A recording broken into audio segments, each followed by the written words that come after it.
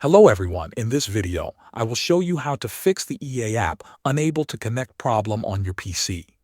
First, clear the EA app cache and repair the app. Close the EA app completely. Press the Windows key and type App Recovery. Open the EA Recovery tool and click on Clear Cache. This will remove temporary files that may cause connection problems. Wait for the app to restart and then try to sign in again.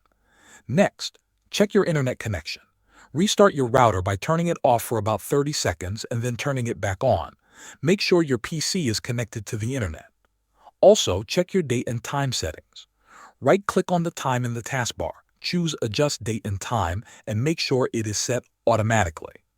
Finally, temporarily disable your antivirus or firewall.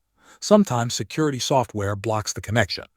Turn it off for a short time and test the app again.